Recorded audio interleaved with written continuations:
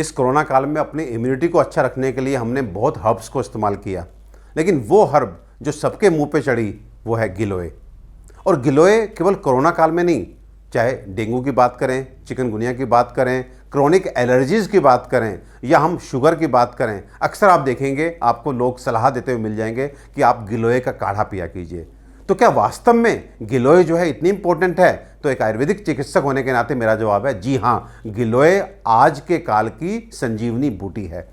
कोई रोग हो जिसमें आपको रोग के बारे में समझ में ना आ रहा हो या आपको लग रहा हो कि आप बहुत कॉम्प्लिकेटेड किसी बीमारी से ग्रसित हो गए हैं, एक ऐसी बीमारी जिसके लिए किसी बड़े हॉस्पिटल आपके इन्वेस्टिगेशन कराया जा रहा हो, उस बीमारी में भी जिसका नाम तक डॉक्टर तलाश नहीं कर पाए हैं, उसका इलाज है ये गिलोय। ये गिलोय आज की संजीवनी है, आपकी रामबाण बूटी है। किसी भी बीमारी में एक अकेली औषधि है जो काम करती है किसी भी तरह से नुकसान पहुंचाए बिना। लेकिन ये गिलोय संजीवनी तब बनेगी जब आप इसके किस पार्ट को सेवन करें, कितनी मात्रा में सेवन करें, किस विधि से तैयार करें, ये आप सही से निर्धारित करेंगे, देन ओनली आपको गिलोय का पूरा एक बेनिफिट मिल पाएगा। तो सबसे पहले आपको बताता हूं कि ये गिलोय जो है उसका किस पार्ट का हमें इस्तेमाल करना चाहिए। तो गिलोय एक बेल है जिसमें आप देखेंगे आपको ऊपर चढ़ती एक तना दिखाई देगा एंड उसके ऊपर हरे हरे पत्ते दिखाई देंगे। एंड आपको इसके पत्ते जो हैं वो उसके क्लिनिकल इंपॉर्टेंस नहीं है, केवल जो डंडी होती है उसकी क्लिनिकल इंपॉर्टेंस होती है। तो सबसे पहले तो गिलोय का डंडी, तना या बेल, वो उसका एक तरह से उपयोगी पार्ट है जिसको आपने लेना है। अब कुछ ऐसी भी हर्ब्स होती हैं जो गिलोय जैसी दिखती हैं, तो कैसे आप अंतर करेंगे कि आप जो डंडी लेके आए हैं वो वास्तव में गिलोय की डंडी है? तो उसके लिए बड़ा साधारण सा एक तरीका है कि उसको जब आप चाकू से काटते हैं तो उसके अंदर आपको चक्र की तरह के लक्षण दिखेंगे, जैसे हमारा साइकिल का पहिया होता है उस तरह से आपको जो है स्टिक्स नजर आएंगे। तो इसलिए इसका एक नाम होता है चक्र लक्षणिका, यानी कि जिसको हम काटते हैं तो चक्र के जैसा नजर आता है। साथ ही साथ इसमें खास बात है कि ऊपर से ये आपकी डंडी बिल्कुल ड्राई लगेगी, इसके ऊपर का जो कवर होता है बिल्कुल सूखा लगेगा, लेकिन जैसे ही वो ऊपर का कवर हटेगा अंदर से ये गीली ग्रीन होती है, यानी कि ताजी ताजी दिखती है। तो इस तरह से आप गिलोय का पहचान करें। नंबर 2, जितनी मोटी गिलोय होगी उतना अच्छा है। तो कम से कम जो है गिलोय अंगूठे जितनी मोटी हो तो आपको पूरा यूज मिलेगा। अक्सर लोग छोटी छोटी पतली पतली ले आते हैं, ये ऐसे ही है जैसे बच्चा गिलोय आ गया, उसमें पूरे गुण विकसित नहीं होते, और पूरे गुण विकसित नहीं होंगे तो डेफिनेटली उसका चिकित्सीय उपयोगिता भी उतनी नहीं हो पाएगी। तो सबसे पहले आप सही मटेरियल को घर लेकर के आएं।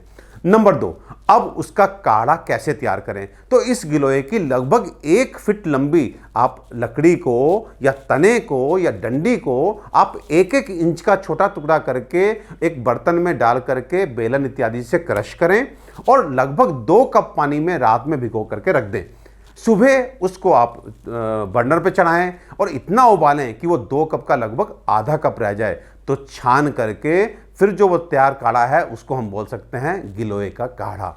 और इन जनरल इसको सुबह खाली पेट आप सेवन करते हैं। यदि आपको इसे पीने से कहीं स्वाद की दिक्कत है या किसी किसी को शिकायत होती है, बहुत कम लोगों को कि गैस की थोड़ी सी शिकायत होती है, तो इसमें आप बनाते समय चुटकी भर अजवाइन भी मिला सकते हैं। तो इससे स्वाद भी अच्छा हो जाता है और किसी तरह की गैस बनेगी ये संभावना भी खत्म हो जाती है। तो गिलोय को इस तरह से आपने इस्तेमाल करना है।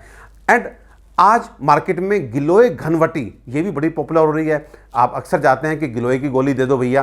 तो गिलोय घनवटी कैसे तैयार होती है कि गिलोय को काढ़ा बना करके फिर उसको सुखा करके एंड एक तरह से उसके एक्सट्रैक्ट को घन करके ड्राई करके टैबलेट तैयार की जाती है। ये भी इक्वली गुड है, आप गिलोय घनवटी का इस्तेमाल कर सकते हैं। लेकिन एक क्लिनिशियन होने के नाते मेरा फिर रिकमेंडेशन है कि जितना काढ़ा अच्छा एब्जॉर्ब होता है, जितना लिक्विड फॉर्मुलेशन अच्छा एब्जॉर्ब होता है, उतना टैबलेट एब्जॉर्ब नहीं होती। तो जो लोग ताज़ा काढ़ा तैयार कर सकें वो काढ़े का ही प्रयोग करें। अगर किसी कारणवश आपके पास गिलोय उपलब्ध नहीं है या कोई ऐसी बाध्यता है कि आप काढ़ा नहीं बना सकते, तो आप गिलोय घनवटी का इस्तेमाल करें। एक और गोली का नाम लेना चाहूँगा, संशमनी वटी। संशमनी वटी को भी लोग गिलोय घनवटी समझ करके जो है वो खा रहे होते हैं, लेकिन संशमनी वटी में गिलोय के साथ साथ कुछ भस्में, जिसमें अभ्रक भस्म, लोह भस्म, स्वर्णमाक्षिक भस्म, जो एक तरह से आयरन कंटेंट है, ये मिला होता है। और ये सनसमनीवटी मुझे लगता है कि एक बहुत ही बढ़िया रूप है। या इसी तरह की एक मेडिसिन आती है जिसका नाम है अमृत रस,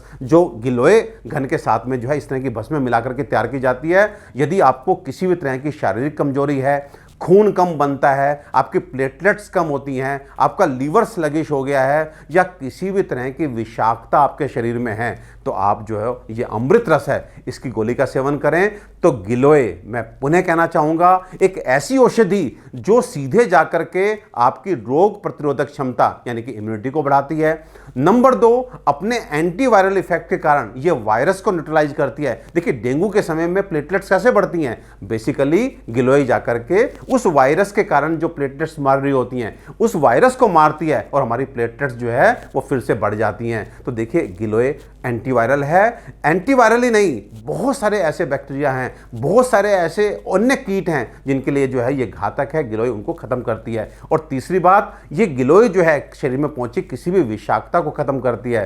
तो गिलोय दोस्तों एक ऐसी औषधि है जो आज की संजीवनी, कहें तो अतिशयोक्ति नहीं होगी, लेकिन फिर कहना चाहूंगा ये संजीवनी तब होगी जब आप इसका सही मात्रा में, सही विधि से और सही रूप में इसका सेवन करेंगे। तो गिलोय का प्रयोग करें, निर्भय होकर प्रयोग करें, किसी भी रोग में प्रयोग करें। यदि आपको लगता है कि आपके कोई ऐसी बीमारी है जिसके जांच चल रही है तो जांचों को होने दीजिए, लेकिन मैं बताता हूं किसी भी बीमारी में आप पहले दिन से गिलोय का प्रयोग शुरू करें। ऐसा भी संभव है कि जब तक बीमारी का नाम ढूंढा जाए 3 महीने में, तब तक वो बीमारी आपके शरीर से निकल जाए। तो दोस्तों गिलोय पे आस्था रखें, गिलोय का प्रयोग करें। गिलोय आज की संजीवनी है।